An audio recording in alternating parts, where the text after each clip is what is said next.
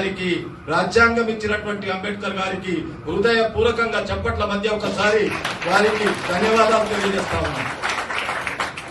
ప్రజాస్వామ్యం అంటేనే పెద్దలు వేణుగోపాలాచారి గారు కానీ, శ్రీహర్రావు గారు కానీ, ఇక్కడ ఉన్నటువంటి అనేక మంది ప్రజాప్రతినిధులు కానీ ఆ ప్రజాస్వామ్యం వల్ల మన గ్రామాల్లో కానీ పట్టణాల్లో కానీ ఆ ప్రజాస్వామ్య విలువలతో కూడినటువంటి విలువలు పడిపోతున్నటువంటి సందర్భం లోపల మళ్ళీ కాంగ్రెస్ పార్టీ రాహుల్ గాంధీ గారు ఈ దేశంలో 4000 కిలోమీటర్లు కన్యాకుమారి నుండి కశ్మీర్ వరకు చేసినటువంటి పాదయాత్ర, అదేవిధంగా మణిపూర్ నుండి మహారాష్ట్ర వరకు చేసినటువంటి పాదయాత్ర, ఒక్కసారి మన గుండె మీద చేయి వేసుకుని మనం ఆలోచిస్తే ఈ ప్రజాస్వామ్యం కొరకు ఆ కుటుంబం ఈ దేశానికి చేసినటువంటి త్యాగాన్ని ఒక్కసారి స్మరించుకుంటూ ఈ రోజు మనకిచ్చినటువంటి జయ బాపు జయ భీమ్ జయ సంవిధాన్ యొక్క నినాదంతో ఇప్పుడే మాకు రాంభూపాల్ గారు మీకు సెలవిచ్చాడు.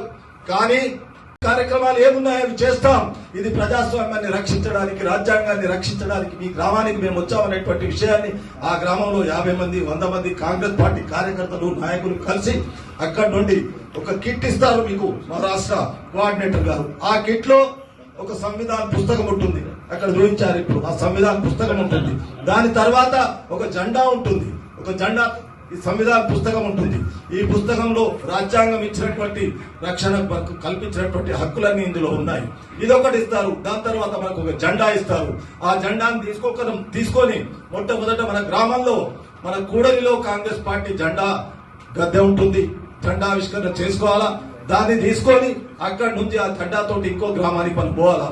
అక్కడ పోయి అక్కడ గ్రామ శాఖ అధ్యక్షుడికి మండల కాంగ్రెస్ పార్టీ అధ్యక్షుడు దాన్ని అప్పగిస్తాడు.